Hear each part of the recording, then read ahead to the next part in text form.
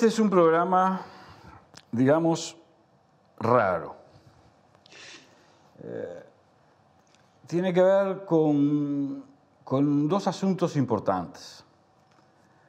Y yo estoy tomado por una profunda indignación que voy a tratar de que no se me escape en expresiones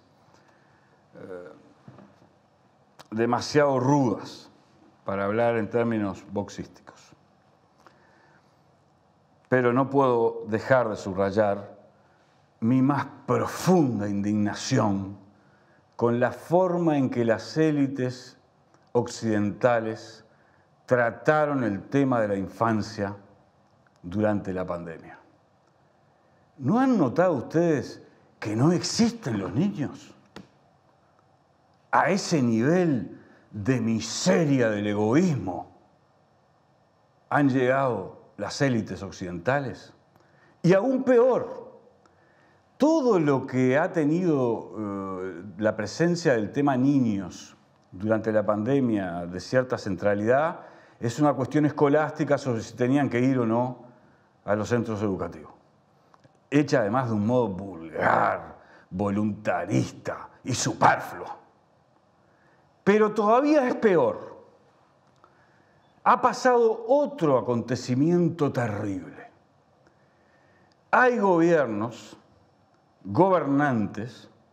que han usado de un modo grosero y populista ciertos recursos destinados a lo que ellos llaman las políticas para la infancia, cuando en realidad han recortado dramáticamente los recursos para la cultura y el arte orientados a fomentar el desarrollo espiritual de los niños. Es decir, el más grotesco cinismo. Y en el medio de ese panorama hay gente como Julio Brum, con quien voy a conversar ahora, que le pone el alma a un proyecto autónomo que piensa en cómo transferir a los niños afectividad, que es lo que hay que hacer cuando uno padece una circunstancia de esta naturaleza. Contanos un poco tu proyecto, pero no sin dejar de seguir el hilo de esta reflexión, Julio, que acá sí necesitamos justamente elevar la reflexión para elevarnos culturalmente, ¿no? Sí, bueno, te agradezco la indignación, que realmente a veces nos gana a nosotros también. Y te diría que no solo con la pandemia, aunque la pandemia creo que lo ha desnudado, lo ha descarnado más, ¿no? Es decir, ese doble discurso que hay en el occidente respecto a la infancia, eso que es el futuro y que son lo más importante del mundo. Sin embargo, en todos los sistemas culturales, políticos y educativos, a pesar de que algunos están destinados a la infancia, hay un gran debe con todo lo que tiene que ver con lo artístico, y no lo artístico desde el punto de vista, te podría decir, decorativo para que la persona sea más culta y sepa más, ¿no? Siempre hablo de lo artístico como construcción humana, como construcción de sensibilidad, de cultura, de pensamiento autónomo, ¿sí? De generar opciones que yo te diría que ponen en juego la libertad de los individuos.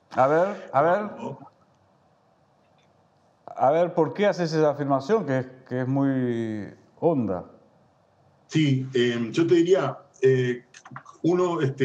los que trabajamos con la infancia hace mucho tiempo, llega un momento que se cuestiona cuál es tu concepto de infancia. O sea, vos decís, yo trabajo para los niños, yo hago música para los niños, yo hago teatro para los niños. Bien, pero ¿a qué infancia te estás dirigiendo? ¿A la que fuiste tú? ¿A la que querés que sea la utopía de infancia? ¿A la infancia que está instituida como una especie de monolito en la sociedad, que es donde hay un concepto industrial de ella, que se la mete en un lugar, se la enseña y se espera un resultado? Entonces, el arte, ¿qué puede aportarle a una persona que se está desarrollando?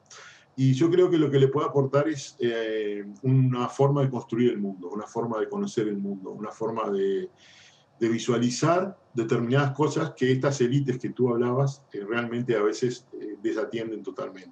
Por ejemplo, la socialización afectiva, es decir, ¿no? El diálogo entrañable con el otro, con el que comparto y disputo, el aprendizaje. Esta palabra, perdóname Julio, que voy a hacer una confesión individual, íntima. La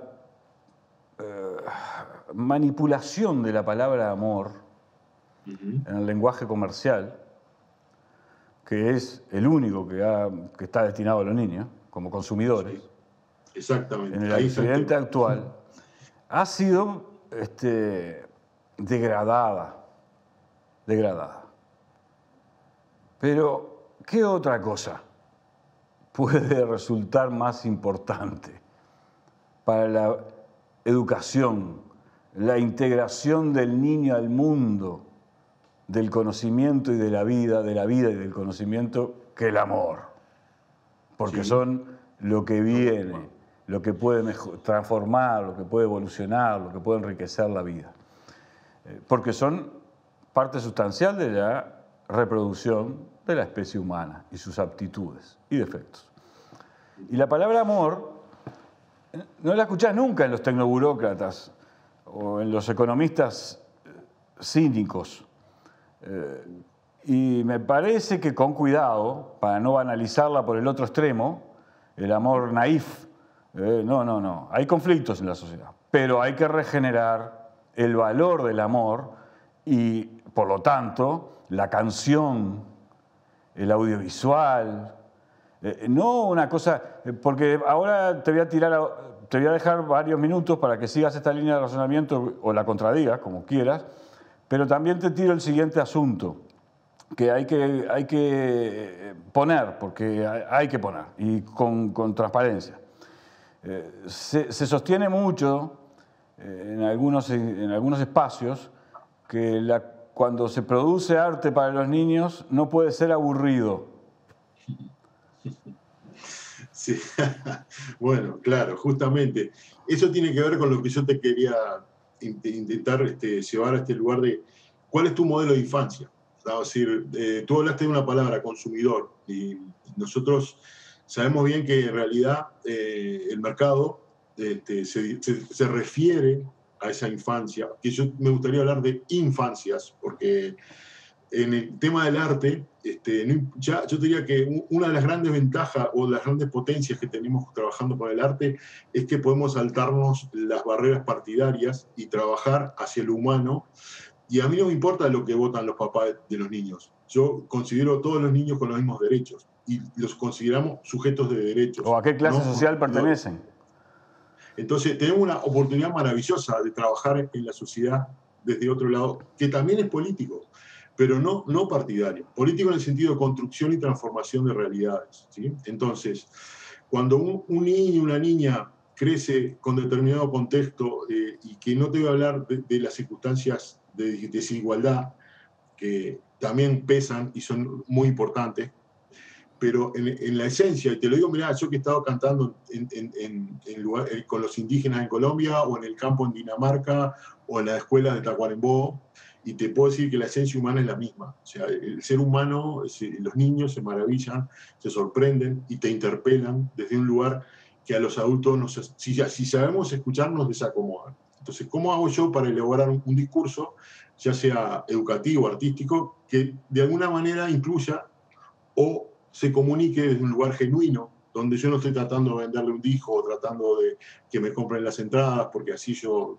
tengo, ¿viste?, más likes en el YouTube y todo ese tipo de cosas, sino que poner el arte en el centro de la construcción del ser humano y asumir responsabilidades como artistas, como ciudadanos y como creadores, ¿no? Porque es imposible para mí separar eso, ¿tá? O sea, todos somos ciudadanos y todos construimos parte de esta circunstancia. Entonces, el arte hoy está acá, lo están replegando, siempre se lo estuvo bastardeando en la educación por un modelo occidental vetusto, donde Herbert Reed era un teórico muy importante de la educación por el arte que transformó, era anarquista, ¿sí? Pero transformó la visión, junto con la psicología, de cuál era la función de una persona en la sociedad respecto al arte. Nosotros, digamos, la construcción burguesa nos enseñó que el artista estaba en un lugar, en un castillo de cristal, en una clase especial de ser humano. Sí, sí, tocaba tocaba la cítara para el emperador en una parte, o para el... Sí, el Pero ¿qué fue lo que planteó Herbert Reed? Que cada ser humano es una clase especial de artista. Entonces, desde ese lugar, todos tenemos una posibilidad de aportar y crear algo. Y eso lo que hace es socializar la posibilidad de pensarnos como transformadores del mundo. O sea, es decir, si yo puedo crear algo, cualquier cosa de la que están acá, la que nos rodean, este micrófono, este libro, el sillón donde estoy, primero existió en la imaginación de alguien, ¿sí? El ser humano fue acumulando cultura y primero imaginó la rueda. Y entonces todo lo que nosotros tenemos hoy acá, alguien lo imaginó alguna vez. Y esa construcción que nos hace humanos pasa por la capacidad de que el arte te puede desarrollar formas de conocimiento diferentes, razonamiento diferente. Un problema artístico puede tener 1000 soluciones y todas son válidas. No es como que 2 más 2 son 4, ¿se entiende? Y por lo tanto te enseña a pararte en el mundo en la búsqueda de soluciones y no en la acentuación de conflictos. Es decir, es un rasgo característico, como venís enunciando, del humanismo práctico real, no del humanismo enunciativo, no, del humanismo práctico real. Esa esencia que tenemos todos, que cuando uno la transforma en políticas educativas o en diferentes políticas culturales, se van complejizando. Y yo te diría que en este caso nosotros que estamos trabajando o tratando de generar herramientas desde las TICs para socializar viejas ideas con respecto a la producción cultural, a la participación y el protagonismo de las personas, porque ese modelo que yo te hablaba, donde el artista es una clase especial de ser humano, el público también es una clase de especie de consumidor pasivo, donde va a que lo iluminen. En lugar de ser, integrarse a la producción cultural con sus aptitudes y capacidades, que las tiene, como las tiene todo ser humano. Exactamente. Y que cuando uno habla de infancia, tiene que pensar que también tienen que ser protagonistas y creadores. Me gustó, yo no te estoy perdóname Julio, pero hiciste mención, y entonces yo voy a aprovechar para poner este tema que quiero que quede. Hiciste mención a que ustedes están tratando de usar las TICs para viejas tradiciones, regenerarlas en el lenguaje audiovisual, que es el que hoy está siendo más relevante en los procesos de vida. Entonces no podemos no tenerlo en consideración. Pero allí pusiste un tema sustancial, que es que las corporaciones de capital, cuya sustancia es los procesos de valoración de capital, en general no pueden tener este tema como un punto de referencia, y además producen en las élites políticas que hacen seguidismo de esos intereses, que a veces, que no quiero demonizar, pero sí. Que solo hacen seguidismo de esos intereses, producen un falso conflicto entre cultura, arte y técnica y ciencia. Y es un conflicto falso. Al niño, el arte le enseña a valorar la ciencia y la tecnología, así como la tecnología puede enseñarle a valorar el arte. Es una dialéctica que en realidad depende de los objetivos que nos proponemos y de los recursos públicos que destinamos para producir esa afectividad en la que formarnos y mediante la cual integrarnos al mundo de la vida, ¿no? Y es un tema que me preocupa siempre mucho, ¿no? Sí, sin duda. Mira, creo que hay algunos ejemplos medios clásicos, los que estamos en esto. Me dio mucha gracia cuando Tavares dijo que el camino era la recompensa y todo el mundo dijo, wow, qué frase. Sin embargo, esa es una frase que los que hacemos taller en arte hace décadas que usamos, porque no trabajamos buscando resultados. Nosotros sabemos que lo más importante para un niño es vivir el proceso y que los resultados buenos surgen de un proceso bien hecho. Entonces, todo eso tiene que ver, mira, hay como varias ideas que nos pueden ayudar a entender esto. Digamos, lo artístico como constructor de identidad cultural, desarrollo de sensibilidad, de formas de ver el mundo y de construcciones del mundo. Todo eso está implícito en el arte, pero también lo está en la ciencia. Yo una vez me acuerdo que estuve en un congreso internacional donde mostraban el camino creativo de una peluquera, de una ingeniera química y de un compositor de canciones. Y no había diferencias. No había diferencias en el método, ¿entiendes? En el método no había, en los procedimientos mediante los cuales imaginaban algo nuevo. Exactamente, exactamente. Entonces el arte, si tú lo miras desde ese lugar, no tiene que ser visto como una cosa separada o excepcional, lo que ocurre de vez en cuando queremos elevar nuestro espíritu. El arte nosotros estamos peleando para que esté en un contexto enriquecido. Yo creo que las infancias de hoy se van a transformar en un buen sentido por el arte, si el arte forma parte de su contexto de vida. O sea, que sí está incluido en sus vidas. Absolutamente. Sí, como hay tradiciones educativas que lo tienen incorporado, pero que ha sido cada vez más ninguneado por bajen el costo del Estado. Julio, se nos está yendo el tiempo por esta cosa en fin, ¿no? Y sí, me gustaría que por lo menos cuentes un poco, aunque sea sintéticamente, el proyecto Butiá. Bien, hoy estamos trabajando con lo que es estamos llamando el mundo Butiá, que tiene, imagínate una mesa con 4 patitas. Una es radiobutiá.com, que es el primer portal que creamos y la primera aplicación con el apoyo de la ANI, ya hace 4 años, la primera aplicación de música latinoamericana, y hoy estamos trabajando fuertemente, estamos haciendo convenios con el Sindicato de las Maestras, con la FUNTEP, con FUCBAN, empezamos ahora un convenio para llevar un portal a 650 cooperativas en todo el país. Estamos ya hace 3 años trabajando con Radio Butiá Brasil. Desde aquí de Uruguay hemos creado un canal de música brasilera, obviamente con los músicos brasileros, con un coordinador que está en Río, una programadora que está en Curitiba. Y hoy día tenemos esta línea que es radiobutiá.com.br, que si tú entras ahí libremente puedes escuchar un panorama de las regiones musicales de Brasil. Acabamos de lanzar butiaplus.uy con una radio online 24 horas que tiene gente como Roy Berocay. Van a poder escuchar por primera vez la voz del Sapo Ruperto. Qué lindo. Es un gran evento para la cultura nacional. Hablar al Sapo Ruperto es increíble lo que está pasando con el público. Susana Bosch, que fue sacada del Sodre y pudimos darle alojamiento a su programa, que ya tiene 20 años, y ha sido el único que levantó la bandera en la radiofonía uruguaya para escucharte mejor. Estamos con Daniel Baldi y el apoyo de la Fundación Celeste, creando un programa con el doctor Jorge Mota sobre fútbol, baby fútbol, alimentación, entrenamiento. Bueno, hay un planteo muy interesante, muy humorístico. Tenemos un programa de ciencia, Mi Laboratorio Secreto, que tiene una estética de cómics muy divertido. Verónica Leite, que tiene programas sobre literatura infantil. Mariana Ingol, que está mostrando músicas del mundo para los niños.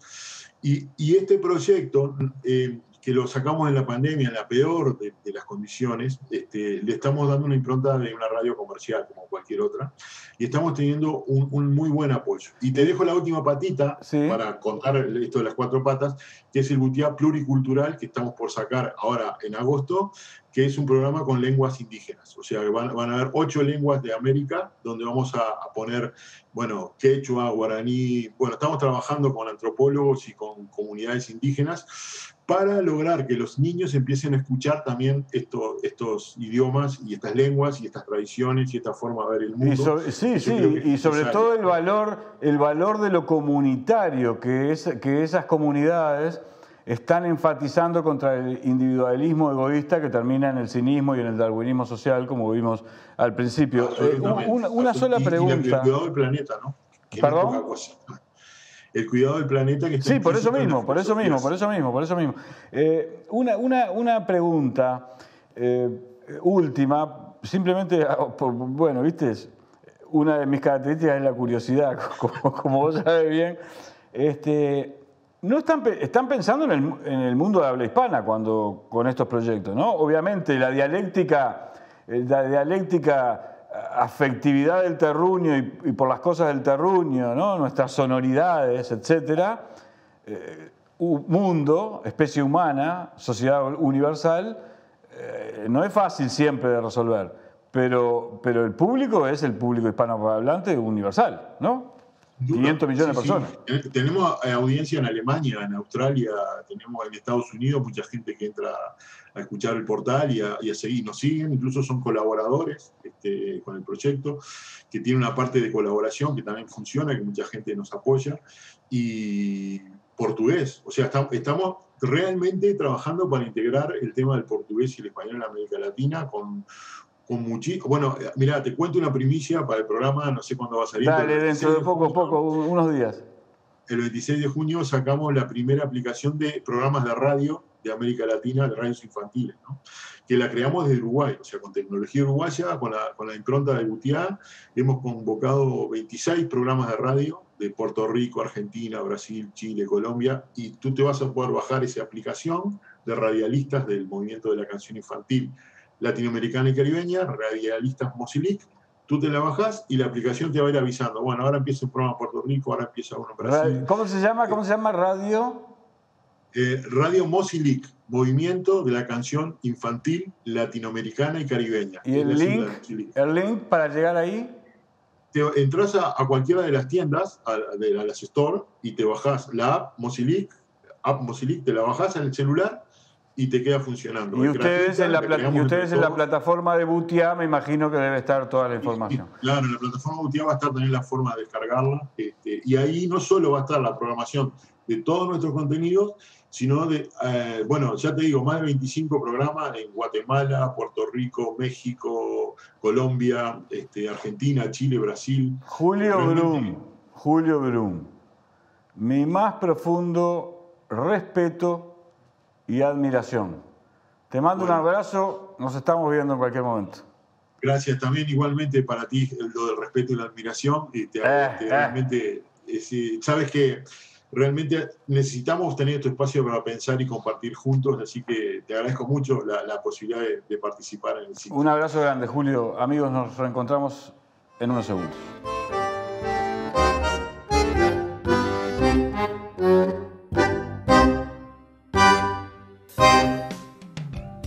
Para los bajos, para los altos, para los flacos, para los viejos, para los ricos, para los pobres, para los que creen, para los que no creen, para los que ríen, para los que lloran, para los de más allá, para los de más acá, para los que buscan, para los que encuentran, para los que mienten, para las brujas, para los que duermen, para los que sueñan, para los duros, para los blandos, para los pelados, para las peludas, para los que crecen, para los que se juntan, para los discretos, para los vanidosos, para los muy vivos, para los muy tontos, para los malos, para los muy malos, para los malísimos, para las lindas, para los feos, para los que se miran, para los que navegan, para los reyes, para los magos, para los que queremos, para los que no queremos, para los que queremos mucho, para los que queremos poco, para los que vuelan, para los que bailan, para los que saben, para los que piensan, para las nudistas, para los libres, para los que ven, para los que no ven, para los que vuelven, para los que se van, para los que no se quedan ni se van,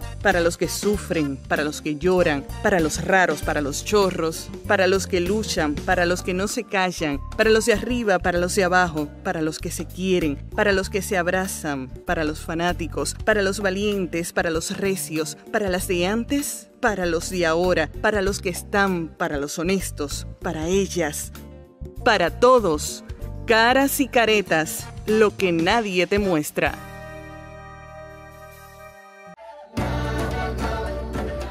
¿Sabes por qué es importante que firmes para esta campaña pro referéndum para derogar 135 artículos de la LUC? Porque es importante que cuides la democracia. Te voy a explicar lo que sucede en seguridad en la LUC. Es el capítulo que más artículos tiene, pero hay algunos que son realmente muy peligrosos. El artículo 64 habilita a policías retirados a tener la potestad de accionar en una situación de delito. ¿Sabes lo que quiere decir esto? Que civiles que no tienen el apoyo de las unidades, que no tienen el apoyo técnico y de las herramientas que tiene la policía, accionar en cuestiones que son muy graves. Esto no solamente perjudica tus derechos, sino que también perjudica el accionar policial y perjudica a la ciudadanía que rodee esa situación en un daño colateral. Reafirmá tus derechos. Poné tu firma a luchar.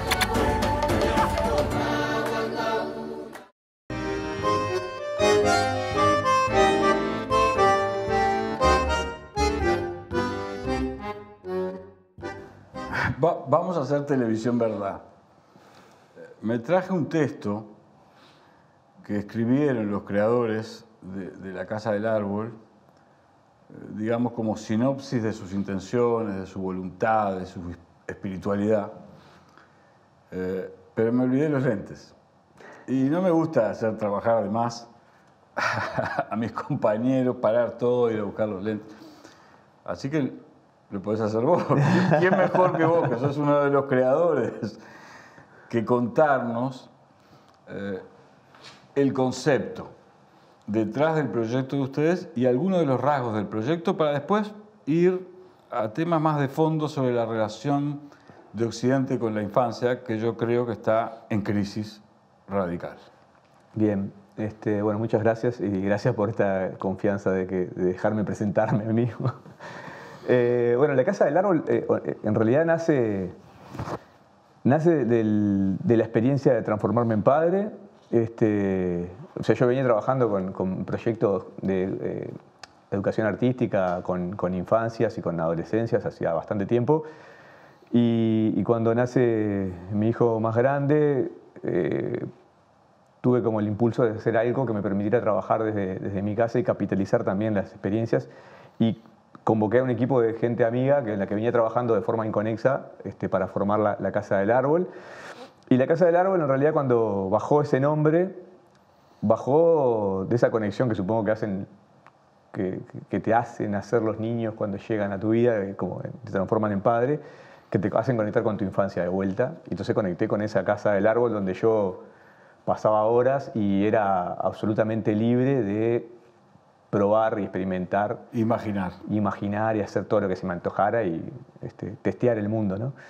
Entonces con ese espíritu nació La Casa del Árbol y de las convicciones a partir también de las experiencias de trabajo de que la realidad es tan amplia y son tan diversas las formas de abordarla para entenderla, de que el ser humano ha inventado o ha buscado para entenderla, que no tiene mucho sentido marcar esos límites medio absurdos a veces entre lo que acá termina la ciencia, acá empieza el arte, acá termina la técnica y empieza la cultura, etc. Claro, entonces junto con ese nombre de La Casa del Árbol también venía como esa cuestión de, bueno, va a ser un espacio para experimentar con libertad, probar desde armar un circuito con una Arduino hasta filmar una película, o escribir un cuento, o cantar una canción. O cantar, o acostarte a leer vegetando en una alfombra. Ese fue el espíritu con el que nació La Casa del Árbol, que justamente es el de cruzar lenguajes y caminos y a partir de esos cruces pensar cosas nuevas, posibilidades nuevas, ¿no? Ahora sí, déjame intervenir, porque me importa mucho enfatizar un rasgo que yo percibí siguiéndolos. Observando cuando las primeras experiencias y ahora que ya son un proyecto con una calidad de gestión cultural de altísimo nivel. Eso lo digo yo. Muchas gracias. Sabés que todo el tiempo se nota la conciencia de comunidad colaborativa en el proyecto, en un doble sentido. En el sentido de unir saberes, el que sabe de música, el que sabe de teatro, el que sabe de audiovisual, el que sabe de técnica, el que sabe de software, el que sabe de manejo de las redes, el que sabe de la psicología de la infancia, que es un asunto de enorme trascendencia hacia el futuro, pero también esa misma lógica de la comunidad articulada, pensando mundo. Es decir, la mayoría de los productos de ustedes no son para una comunidad cerrada que se autorreproduce y se da satisfacción al estilo heideggeriano yéndose abajo un ombú a leer poesía. No. Ustedes están en el mundo, sintiendo las inquietudes de los niños y la relación naturaleza, ahí sí, en el sentido profundo, naturaleza, ser humano, etcétera, las cuestiones existenciales, históricas de la vida, del mundo de la vida. Y yo quería felicitarlos por el proyecto, pero también constatar si seguí correctamente o hubo más dificultades en la elaboración conceptual del proyecto. No, bueno, me encanta que tengas esa lectura porque es como a donde queremos ir y me parece, cada vez que alguien nos dice, hace una lectura de ese tipo que nos constata de que estamos siendo leídos como pretendemos, digamos, como pretendemos escribir, está buenísimo. Sí, dificultades en la concepción de la idea no hubo, porque es como que bajó muy claro hacia dónde queríamos ir desde el principio. Hay dificultades materiales, obviamente, siempre, de gestión, y bueno, hay un montón de obstáculos en cualquier proyecto que vaya a contrapelo de lo que... De la inercia en la que del estamos. consumo. ¿No? Claro, o sea, yo siempre digo eso, es mucho más fácil. De hecho, he tenido estas discusiones con realizadores de otras partes, en el festival y cosas que me he cruzado. Es mucho más fácil ir a los lugares comunes, ¿no? que pretender cuestionar y hacer cosas distintas y desafiantes y equivocarte, ¿no? Hay que asumir que vas a meter la pata cientos de veces y que vas a ser mamarracho muchas veces, que bueno, que es parte de esa búsqueda, ¿no? Pero sí, todo esto que vos dijiste es un poco... Es lo que nos mueve y lo que hace que tenga gracia trabajar así, creando la Casa del Árbol y recreándola todos los años, ¿no? Porque todo el tiempo está como en crecimiento, como nosotros. Y esto de lo colaborativo tiene tenemos que hablar horas, pero para mí hay un nivel ahí que no comentaste, pero que tiene que ver con la formación de nosotros también, de la mayoría del equipo. Primero que el arte es colaborativo, la existencia humana es colaborativa, ¿no? Yo siempre insisto en eso, que es impensable que Picasso se hubiese dedicado a pintar si no tuviera el panadero que le hacía el pan, el mecánico que le arreglaba el auto, la señora que cuidaba... El vitivinícola que le preparaba el vino, obvio. Entonces somos un bicho social por naturaleza que nos han vendido el cuento de algunas esferas de la existencia más importante que otras y algunos nos creemos más importantes que otros, pero es una estupidez. O sea, en realidad estamos absolutamente interconectados y dependientes y hay tareas en las que eso es mucho más exigente todavía, como la del arte, el arte audiovisual, ni hablar. Un minuto, porque ahí está la clave. Y ya que nombraste a Picasso y tenemos esa gal detrás, vamos a meditar un poquito en este asunto. La producción artística, y también la producción científica y técnica, pero la producción artística ha tenido, digamos, una aureola en este sentido. Hay un cierto, y vos lo dijiste además hace un ratito, cuando decías sentado, tirado en el pasto leyendo un árbol, o en la casa del árbol, solo, imaginando. Sí. Solo. Hay en la creación artística un momento de soledad. Hay un momento de soledad. Pero, y tiene valor espiritual y psicológico. Pero toda creación artística, toda creación humana, como dijiste vos, el lenguaje es una creación colectiva. Todos los lenguajes, las herramientas, los instrumentos, son todos creaciones colectivas que se benefician del acumulado de experiencia de las generaciones anteriores e innova. Pero lo que yo quería señalar, para ponerte en ese desafío y ver cómo lo están viendo ustedes en la práctica cotidiana, y yo sé que lo están haciendo bien, pero a mí me interesa tu meditar vos mismo sobre el asunto, el arte del pintor, del poeta, va a ser desafiado, ya es desafiado, por el mundo paralelo que hemos creado digital. Entonces, el poema va a tener contenidos audiovisuales, microaudiovisuales incluso, plásticos, histriónicos, es decir, del mundo de las artes escénicas, software, efectos, naturaleza, que siempre va a estar a nuestro alrededor, si no la destruimos. Tenemos el todo, sí.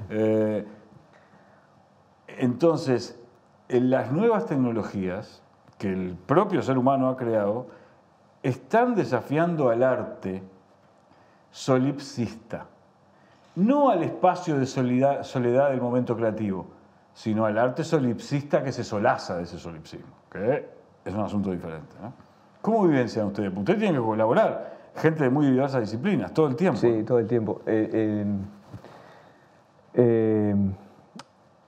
Nosotros trabajamos principalmente para el público infantil y juvenil, pretendemos hacerlo, ¿no? Y una de las claves, creo que para cualquier público, es entender a ese público para poder iniciar un diálogo con él, ¿no?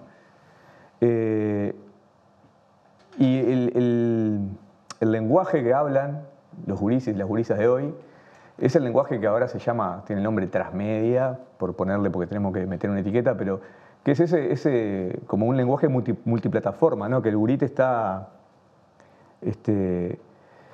escribiendo una historia en Instagram y al mismo tiempo grabando el video, el show de música en vivo que está viendo, y ese show entra a Facebook y lo replica y pasa una cosa dentro del show que tiene un efecto de realidad en la vida de otro gurí en otra parte. Entonces tuitea. Entonces, en realidad, entender eso, entender que las narrativas de hoy tienen esa cualidad. Narrativa y existencialidad. Sí, en realidad es eso, es como un despliegue de la existencia. Esto que para nosotros, más veteranos, hacemos, como decís vos, este mundo paralelo digital, que los gurises no lo viven como un mundo paralelo, es un mundo imbricado en el que ellos están... Es una proyección, están en como un lo lugar era la herramienta. Claro. Solo que es una proyección que tiene, desde el punto de vista de la simultaneidad abrumadora de la aparición de imágenes, el individuo que tenía un martillo estaba relacionado directamente con su objeto material físico. Claro. Eso sigue estando, naturalmente, pero en una dimensión... sí, que se imbrica imbricada, ¿no? con otras cosas, y mediada e hipermediada por imágenes, lenguajes, discursos, interacciones. Que es sí, lo que estaba y tenés un artefacto que históricamente es una novedad absoluta, que es muchas cosas a la vez, ¿no? Que es para el celular, ¿no? Que vos es libro, brújula, cuaderno, cámara, meteorólogo, es como... Y entonces es como otra cosa. Y para nosotros que nos cuesta mucho, porque es todo un desafío de pensar narrativas en esa clave, porque no somos de esta época, y es un trabajo de traducción enorme que tenemos que hacer, y como metiendo mucho intelecto, cuando en realidad para los gurises es como algo que fluye. Yo no creo en esta, para mí es una falacia lo del nativo digital, pero sí es verdad que hay cosas como de más... que fluyen de otra manera con más naturalidad. Claro, ¿no? que son parte de tu vida cotidiana desde que naciste. Entonces, hay un nivel de acceso más simple a algunas cosas que para nosotros tenemos que hacer esa traducción. De pique tenemos que hacer la traducción, ¿no? De entender que no es acá está el mundo y acá hay un mundo paralelo, sino que hay dos mundos entremezclados que conviven y se entra y se sale permanentemente, ¿no? Hay un instrumental múltiple que desafía, ¿no? Claro. Para nosotros que ese movimiento desafía también mental espiritualmente, solo, ¿no? Sí, claro. Porque ahora vamos a lo del... Vos hablás de narrativas. Yo prefiero hablar de experiencia humana múltiple con instrumentos múltiples, porque si no queda como que las cosas pasan al lenguaje y no pasan al lenguaje solo. Y por eso mismo traigo al cuerpo. Claro. Desde el punto de vista, y esa es mi admiración por los que hacen arte para la infancia, desde el punto de vista de la afectividad, naturalmente, conmover, la literatura y el arte lo saben, exige conocimiento de determinadas técnicas. Pero antes que nada, exige tener algo que decir, tener espíritu y densidad espiritual adentro para volcarla para afuera. sensibilidad emocional y no el repugnante cinismo de las actuales élites occidentales. Necesitamos eso. Pero yo admito que no dejo de sentir admiración por cómo en un espacio mediado, porque es mucho más fácil conmover cuando el abrazo, cuando la mirada, esto, Claro. que utilizando recursos tecnológicos mediados, justamente Sí, sí. además en los que el individuo navega, Sí, sí. ¿no? En aguas siempre turbulentas, siempre Y turbulentas. tiene muchas tentaciones para salir de lo que le querés decir, ¿no? En el caso del El tema de la atención, sí. audiovisual, ¿no? El audiovisual hoy, que no es el audiovisual del cine, ¿no? Que era, te sentabas en una sala oscura y tenías una pantalla era ese relato. Ahora lo prendés y mis hijos, es muy gracioso, pero están jugando a la PlayStation, mirando un video en YouTube y por ahí chateando con el celular con los amigos. ¿Sí? Y los locos lo hacen, yo qué sé. Y a su vez, que es una cosa a reconocer también, porque los adultos tenemos esa cuestión como de machacar a este guacho que no sé qué, que están todo el día, que nada les llega. Y a los locos les llega. Sí, ¿cómo que no? Cuando van a la playa juegan al fútbol y se divierten igual. Les Cuando van al conmueve golf. y saben perfectamente de qué hablan las cosas y saben perfectamente cuando algo tiene que ver con lo... Ahí está a veces la cuestión adulta y... Todo lo anterior. siempre que lo anterior fue mejor y de pretender que las cosas sean como ellos quieren que sean, ¿no? Como nosotros queremos que sean.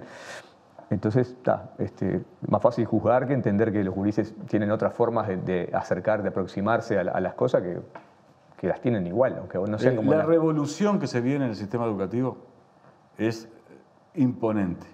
Y aquellos que no quieran comprender este asunto, los tecnócratas, burócratas, estos que repiten en todos lados, pagados por los mismos, las mismas cosas, y que además te las venden como el último. ¿Cómo se llevan ustedes con el sistema educativo? Te puedo hablar desde el espacio de trabajo y desde la vida, la experiencia de padre. Dale, porque fue la experiencia de padre la que te La que me llevó ahí. El otro día justo mi hijo está en primero liceo y llegó el primer carnet y tiene baja informática, ¿no? Entonces está todo un drama, la madre se puso mal porque tiene baja, no sé qué. Y yo le dije, pero no puedo creer, el loco programa hace 4 años, le gusta programar en Scratch, es un enfermito de la computadora, está todo el tiempo. ¿Cómo el sistema logra extraer el placer de algo, de un conocimiento que está en el Botija, que el Botija viene de hace años, y logran extraerlo? Y yo creo que en parte lo hacen porque lo que necesita el sistema y como decís vos, la gente que diseña es llevar al terreno de lo que ellos saben hacer. Entonces, ¿qué es lo que saben hacer? Saben contarte la historia del microchip y cómo se desarrolló, no sé qué, y quién hizo el fulanito. Y eso es... Está en un manual, lo aprenden en 5 minutos en un tutorial. Sí, y no puede ser lo que articula la propuesta educativa cuando vos tenés miles de niños que programan desde los 8 años porque le agarran Scratch y en 2 minutos entendieron cómo funciona y les estimula a hacer cosas y lo hacen de taquito y te programan y entienden lo que es Scratch, entienden lo que es Python, que está por detrás. Y ¿cómo lográs que cuando llega al liceo extraes todo ese placer para que el loco le embole la informática y termine teniendo la baja? A mí no me importa que la tenga baja porque no es un problema. Mi hijo está... es parte de la población mundial que está salvada porque le tocó la suerte de nacer en un lugar con oportunidades. Entonces, pero es dramático cuando lo pensás como sistema educativo para el conjunto de la humanidad, ¿no? Es decir, ¿cómo hacemos para extraer el placer de la aproximación al conocimiento? Del arte, de la técnica, de todo, la porque ciencia, en realidad cuando nacemos... O sea, ¿qué cosa más curiosa que un ser humano cuando nace y se enfrenta al mundo? Es curioso por necesidad. Ojo que metiste el dedo en un tema importantísimo, ¿no? El ser humano primero necesita que lo protejan, porque si no, no vive. Y ya ahí hay una relación con lo otro de dependencia físico-emocional. Sí, claro. Pero además, después, necesita que lo incorporen al acumulado experiencial que hablábamos recién. Los perritos cuando nacen no están desafiados a aprender un lenguaje complejo. ¿no? Guau, guau. Sí, sí, sí. Los niños sí. Y ahí es donde están ustedes, los creadores, ¿no? Claro. Es una maravilla, ¿sabes? Y- Capaz y- que y siento poder- un poco de envidia yo.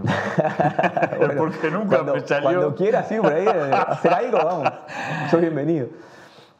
No, aparte de eso también, ¿no? Asumir que todos somos potencialmente creadores de cosas y podemos ir y hacer un trabajo con los chiquilines y crear algo. Y a tu hijo lo que tienen que enseñarle es que todos estos son instrumentos para crear. Exacto. Y entonces, bueno, tal cosa así, miralo en internet, en tal link y tal. Y vamos a hablar de cómo crear. Cómo crear. Sí, de la Cómo conexión. interiorizarse, cómo despertar la De curiosidad. la conexión del conocimiento con la vida, en definitiva. Porque Sí, es eso. sí. Yo, después de grande, entendí de física algo y me fascina ahora la física. Y la odié todo el liceo, y después, cuando empecé a entenderla, dije, lo mismo que me pasa esto con mi hijo. ¿Cómo lograron que no me gustara algo que es fascinante? Que es como funciona todo alrededor mío, que todo tiene que ver con esta maravilla. ¿Y cómo lograron? Y lo lograron porque por eso, desconectaron la física de la vida. Para mí no tenía ningún Claro, sentido. claro, No tenía- claro. ¿Para qué me sirve? La clásica que te dicen los gurises en el liceo. ¿Para qué me sirve esto? Loco, Recién sirve lo para dijiste todo, muy está todo bien. en tu vida. ¿Sabés que dijiste recién algo que me gusta subrayarlo y perdoname, No. pero que me parece que tiene que quedar en este bellísimo diálogo, que es que es un problema profundísimo, pero quiero que quede. Muchos sujetos que desempeñan una función social tienen que validar la necesidad de esa función social Sí, claro. para cobrar un salario, ¿no? Sí, Que sí. es digno y legítimo, ¿eh? Muy legítimo. Pero hay momentos de la historia, de la civilización y de la tecnología, en que esa función social tiene que adaptar nuevos hábitos, formas, creatividades. Si no lo hace, lo que hace es contribuir a la descomposición de la sociedad, porque no forman individuos en condiciones de adaptarse Sí, sí. y más que adaptarse, de desenvolverse libremente, como dijiste hace un rato vos, en el mundo del arte, de la ciencia, de la tecnología, Sí, en la vida, en De la definitiva, vida. ¿no? de la vida. Que todas esas cosas son artilugios que el ser humano ha desarrollado, sistemas de conocimiento, pongámosle, para poder entender esto que nos pasa desde que llegamos al mundo, ¿no? Y para poder Y disfrutar. para manejarnos en él, disfrutarlo, tratar de... Pero cuando entendés eso, en realidad disfrutás de la experiencia del conocimiento, ¿no? Y que para mí es como fundamental. Eso me irrita pensar que se pueda lograr que la gente no disfrute del conocimiento, ¿no? Y lo logran todos los sistemas educativos del planeta, ¿no? Sí, increíble. De alejar a las personas del saber y de poder entender cómo funcionan las cosas o cómo... Entonces, las relaciones que existen entre las cosas y las personas, ¿no? Pero bueno, nada, funciona así, como decías vos. No. Cuanto más comunidades colaborativas autónomas como ustedes, que a su vez tejan redes con otras comunidades colaborativas de otras partes, y cuando tienen un problema, por ejemplo, en el local, bueno, che, ¿quién busca sponsor para tal proyecto particular? Y si tal proyecto y tal proyecto y tal otro proyecto nos juntamos y contratamos juntos un mismo gestor para los sponsors, etcétera, etcétera, Claro. etcétera, ahí la sociedad va a desafiar Sí. a los sistemas burocratizados. Yo trabajé varios años en un proyecto divino de la Duelar que se llamó Flor de Ceibo, que se originó como una iniciativa de la Duelar para acompañar el plan Ceibal cuando empezó a implementarse y después tomó como un vuelo propio hasta que al final, como todas las cosas, tiene un cierre. Pero durante esos años pensamos mucho en el tema de la tecnología y lo social y entre todas las discusiones que tuvimos, en un momento empezamos a hablar de tecnologías sociales, ¿no? Que en realidad tenemos como muy incorporada la idea de tecnología relacionada a lo electrónico y Robótico, etcétera. claro, si bien sabemos, porque la definición de tecnología es, como decías vos, de las primeras piedras talladas o las cavernas pintadas ya eran manifestaciones tecnológicas, por el devenir de cómo el auge de la tecnología electrónica empezamos como a identificar el concepto de tecnología solo con eso. Pero las tecnologías sociales en realidad vienen como a dialogar con esas tecnologías artefactuales y también a desafiarlas y a poner, a complementar lo que no tenemos por tercermundistas en cuanto a desarrollo tecnológico artefactual, ¿no? O las dificultades para acceder a herramientas muy caras, no sé qué. En América, seguramente en otras partes del tercer mundo pasa esto de que tenemos la capacidad de organizarnos y generar tecnologías sociales que nos permiten como disminuir el problema de no tener... Sí, o encontrar la riqueza en otro lado, ¿no? Nosotros tenemos una plataforma de streaming que logramos armar en 2019 con un apoyo de la ANI puntual, que es muy modesta y tecnológicamente, obviamente, está a años luz de una plataforma como... ¿Cómo se llama? En realidad se llama la plataforma CDA, está en el dominio lacasadelárbol.uy y funciona con la... Pero ¿qué pasa? Cuando empezamos con esta idea de que en lugar de ser una web fuera una plataforma, dijimos, bueno, ¿cómo hacemos para nutrirla de contenido? Porque nosotros, obviamente, con lo que hacemos nosotros no nos da el naipe para tener... Y nos dimos cuenta que era mucho mejor, más rico que tener una web, era tener una cosa que, digamos, tecnológicamente es una web, pero tiene el espíritu de una plataforma. Y lo que hicimos fue convocar a un montón de gente que sabíamos que andaba en la misma que nosotros en todo el continente y en otras partes del mundo también, en España y todo, a que, bueno, que estábamos construyendo esto y queríamos hacer una plataforma y que no teníamos ni dinero para comprar contenido ni nada, pero que queremos generar un espacio de intercambio donde todas las experiencias que tienen cosas en común, que son destinadas a infancia, que tengan un espacio para mostrarse ahí, para generar como masa crítica, que los gurises entren ahí y encuentren cosas que los estimulen, les sirvan. Y bueno, y la plataforma en 3 meses ya tenía contenido como para empezar a existir y hoy sigue llegando cosas de distintos lugares de gente que comparte esta idea de que está bueno tener un espacio común para que los gurises entren y allá vean lo que hizo la Casa del Árbol, pero también vean lo que hizo Crocodile en España o lo que hizo en Cusco, Utopía en Movimiento, yo que sé que es otro colectivo de allá. Y bueno, en realidad esto lo traigo como ejemplo de, bueno, es una tecnología de base social. Lo que hay ahí es la capacidad de articular entre personas con intereses comunes. Pero ojo, déjame decirte una cosa porque se nos fue el tiempo. Sí. Primero, muchísimas gracias. Yo disfruté el diálogo. Yo sé que apenas, ¿no? Pero no importa, porque como esto hay que pensar futuro, pero pusimos temas y conocimiento. Pero déjame decirte una cosa que es importante en relación a lo que vos... Porque viste que Occidente, en los últimos 70 años, perdió la cultura de la dialéctica. Entonces piensa las cosas fijas, dogmáticamente, ¿no? Materialismo vulgar o idealismo naif. Y ahí navegamos, ¿no? Y lógicamente no hay nada, porque fracasan los dos modelos, han fracasado desde hace 3.000 años, van a ser... pero también muchas de estas oportunidades, de estas experiencias posibles, son el resultado de que algunos países de la región, Uruguay entre ellos, creó la infraestructura de la tecnología digital, la fibra óptica, el acceso al hogar, el Plan Ceibal, una compañía telefónica involucrada en las políticas de desarrollo, una institución como la ANI, etcétera, que posibilitaron la generación de un ecosistema. Sí, claro. Y yo no quería dejar de decir eso porque me interesó mucho poner en diálogo las dos cosas.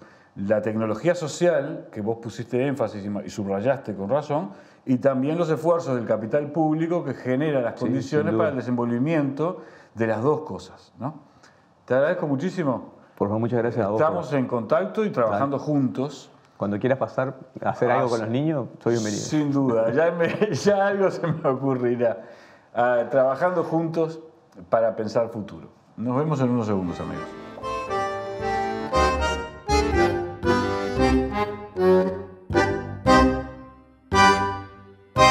Da vuelta, ahí, tan. Es un honor formar parte de Caras y Caretas TV, donde hay lugar para todo tipo de contenido y también para el humor. ¡Sumate! Para los bajos, para los altos, para los flacos, para los viejos, para los ricos, para los pobres, para los que creen, para los que no creen, para los que ríen, para los que lloran, para los de más allá, para los de más acá, para los que buscan, para los que encuentran, para los que mienten, para las brujas, para los que duermen, para los que sueñan, para los duros, para los blandos, para los pelados, para las peludas, para los que crecen, para los que se juntan, para los discretos, para los vanidosos, para los muy vivos, para los muy tontos, para los malos, para los muy malos, para los malísimos, para las lindas, para los feos, para los que se miran, para los que navegan, para los reyes, para los magos, para los que queremos, para los que no queremos, para los que queremos mucho, para los que queremos poco, para los que vuelan, para los que bailan, para los que saben, para los que piensan, para las nudistas, para los libres, para los que ven, para los que no ven, para los que vuelven, para los que se van, para los que no se quedan ni se van, para los que sufren, para los que lloran, para los raros, para los chorros, para los que luchan, para los que no se callan, para los de arriba, para los de abajo, para los que se quieren, para los que se abrazan, para los fanáticos, para los valientes, para los recios, para las de antes, para los de ahora, para los que están, para los honestos, para ellas, para todos, caras y caretas, lo que nadie te muestra.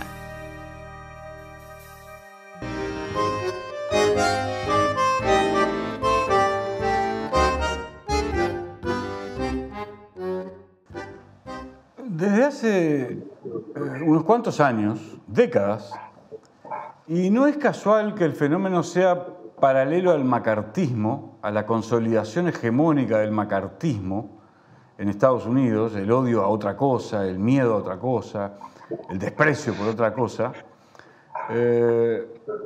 En la cultura anglosajona, el temor se viene tratando de un modo castrante. Tiene que ver algo con el calvinismo, en fin, pero es un tema complejo. Pero quiero subrayar eso. En general, las cosas para los niños usan el miedo para educarlos, pero de un modo castrante.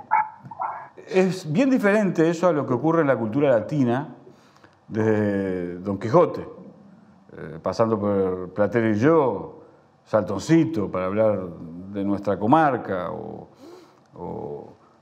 el Sapo Ruperto.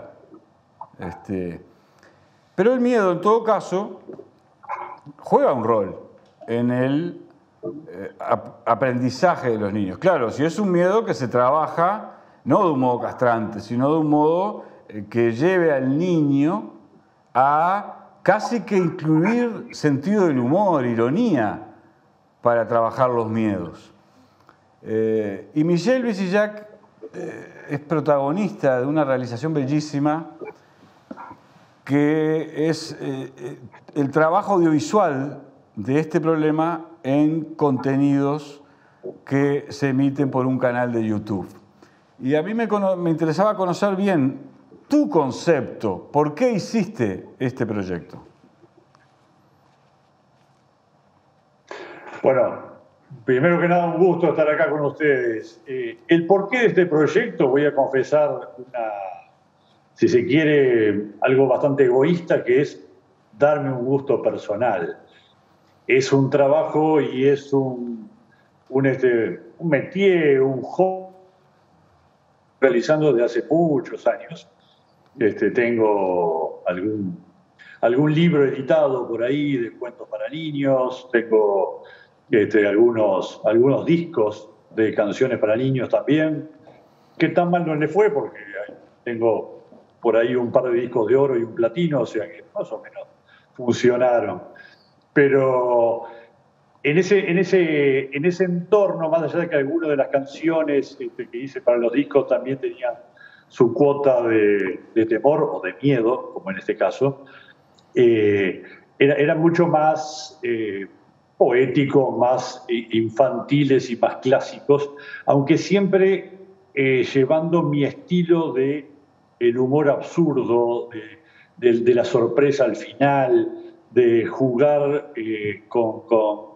con algo que sin duda sorprenda al niño, apelando a su inteligencia, buscándole a veces el doble sentido, la vuelta de tuerca. Y así fue que hace unos años nació este proyecto de los cuentos medio de miedo, que no hace otra cosa que buscar a través de personajes que son atractivos para los niños, como lo han sido siempre las brujas, los fantasmas, los vampiros, los hombres lobos, el monstruo de la luna negra. La antigua mitología pagana, claro.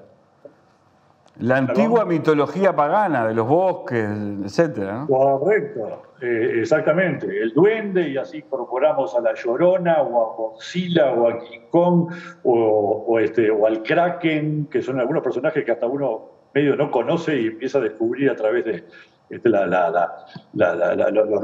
nuevas animaciones y demás, o Chucky, el muñeco diabólico, y Freddy Krueger, o lo que sea.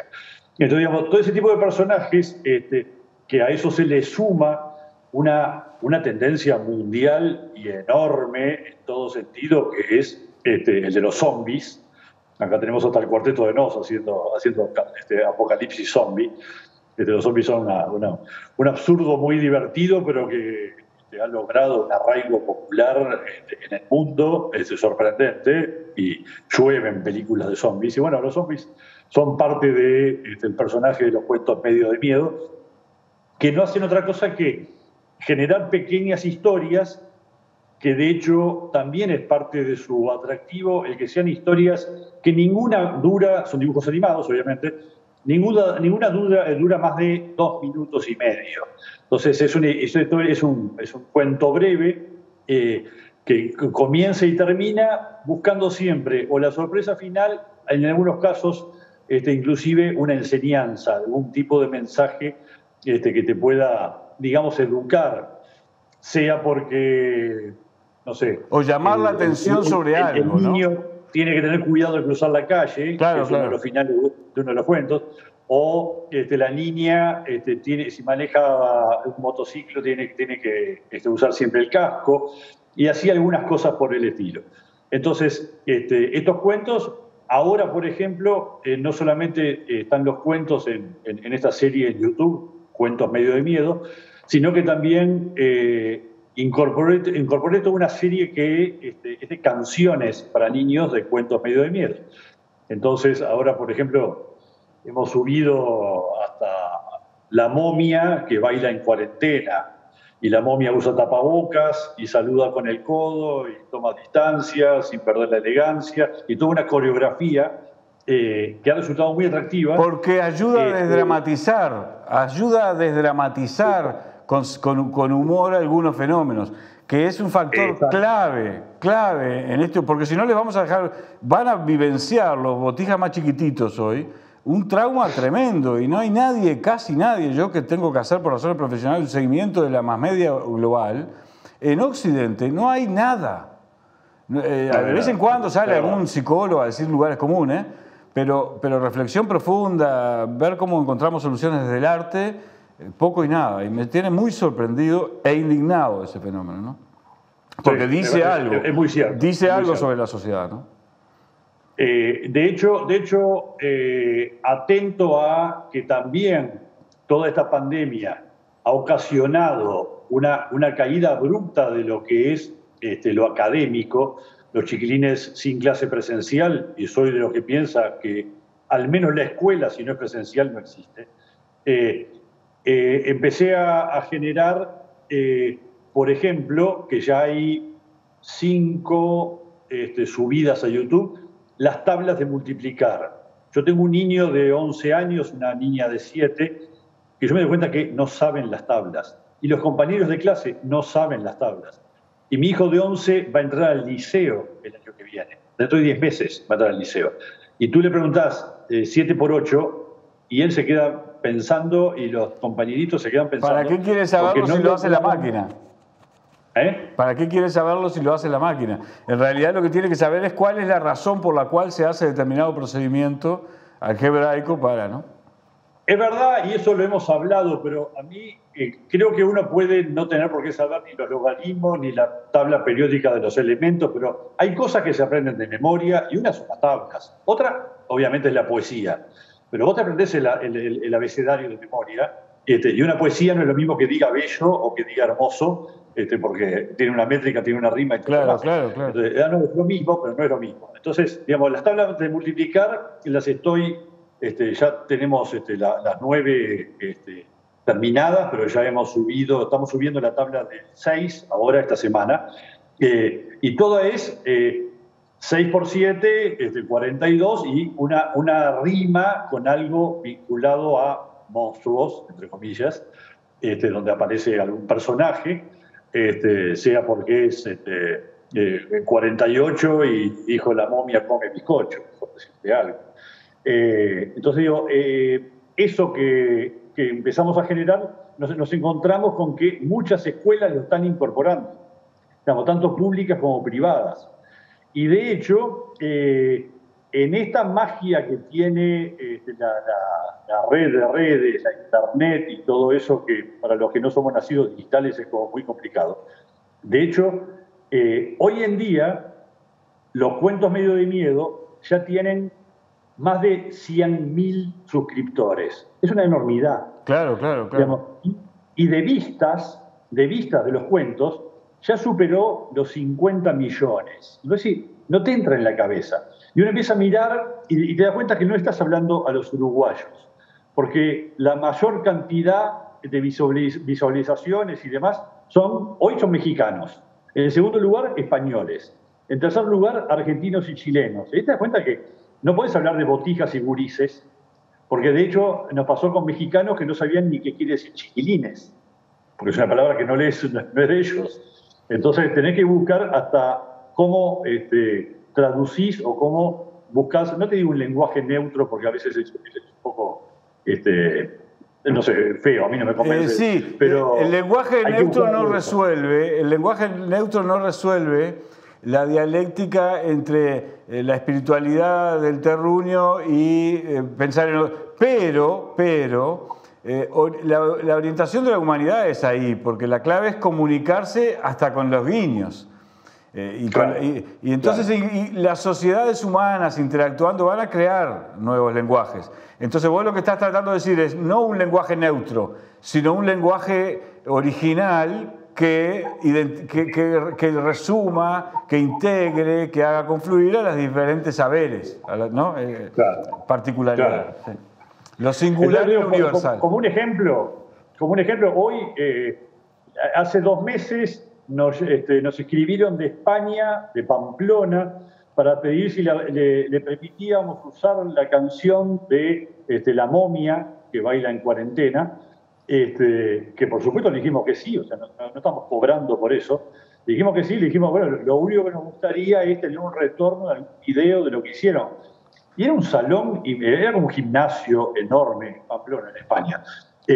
Había 80 niños vestidos de momia, con las maestras vestidas de faraonas, y vos veías la canción que yo escribí, y ese escenario de niños bailando con los padres al costado. Son esas cosas que a uno no le entran bien en la cabeza. De hecho, también hace poco una compañía de teatro en Chile, digamos, empezó a usar la canción y tenía los personajes, títeres, haciendo una obra de teatro. Entonces, digamos, uno cae en esa universalidad, digamos, en este caso hispanohablante, ¿no? Exacto. Sí, claro, no vas a llegar a Brasil. No, de hecho, claro. en general tratamos hasta de subtitular muchas de las cosas para ver si captamos un poquito más. Claro, pero entonces déjame decirte una cosa, porque se nos terminó el tiempo, pero a mí me importaba mucho que en este programa quedara esta experiencia. Y déjame decirte una cosa que es muy provocativa, porque te la voy a dejar para debatir, no en el programa, porque no tenemos tiempo. ¿Sabés que la moda de los zombies... Primero, déjame decirte así rápido que saludar la creatividad con la que trabajás miedo, entre comillas, y sentido del humor.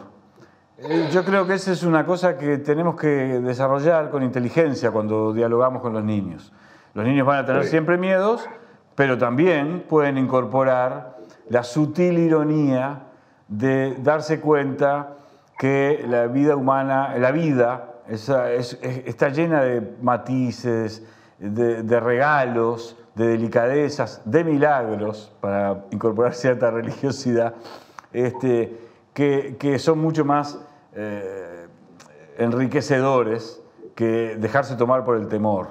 Y yo creo que vos ahí tenés muchas búsquedas valiosísimas y aportes valiosísimos, y quería agradecerte por eso y que se conociera la experiencia.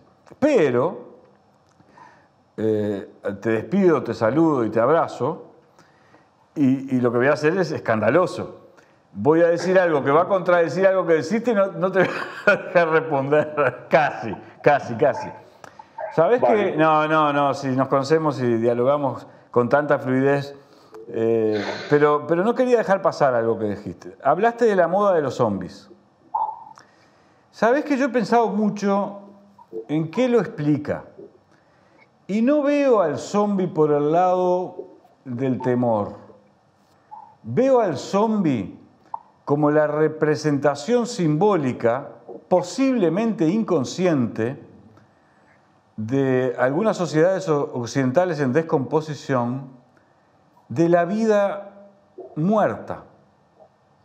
Porque la vida alienada de trabajar 16 horas, todo el tiempo pensando en la misma cosa y además en una cosita particular, es decir, no disfrutando de las más de las veces del placer de hacer algo vocacional, como se trata en este caso, nos hace o hacen a cientos de millones de personas zombies vivientes. Y me parece que la moda de los zombies tuvo éxito porque es como un espejo grotesco de un drama, de un profundo y angustiante drama, que acá pone en conflicto dos mundos. El mundo de la pureza, de la imaginación de los niños, en el que hay componentes de miedo y competencia, y de lucha por la vida, y de búsqueda de espacios, pero también afectividades, encuentros entrañables, ese mundo, y el mundo de los adultos que ya desde hace demasiado tiempo, en su mayoría, los que no tienen otra posibilidad que cambiar sus aptitudes laborales por dinero en máquinas muertas. Y este es un tema y un conflicto que tenemos que ponerle mucha atención para superarlo, para encontrar la manera de superarlo. No sé si compartís que ahí hay un lío, pero me parece que y un lío grande, ¿no? Comparto y termino la entrevista invitándote a ver y a escuchar la canción Planeta Zombie, que dice no te conviertas en un zombie. Está en YouTube, está en Cuentos Medio de Miedo. Te agradezco eso, Miguel. Entonces resumimos y cerramos este programa de un modo muy sencillo. Hagamos algo para no convertirnos en zombies. Nos estamos viendo, amigos.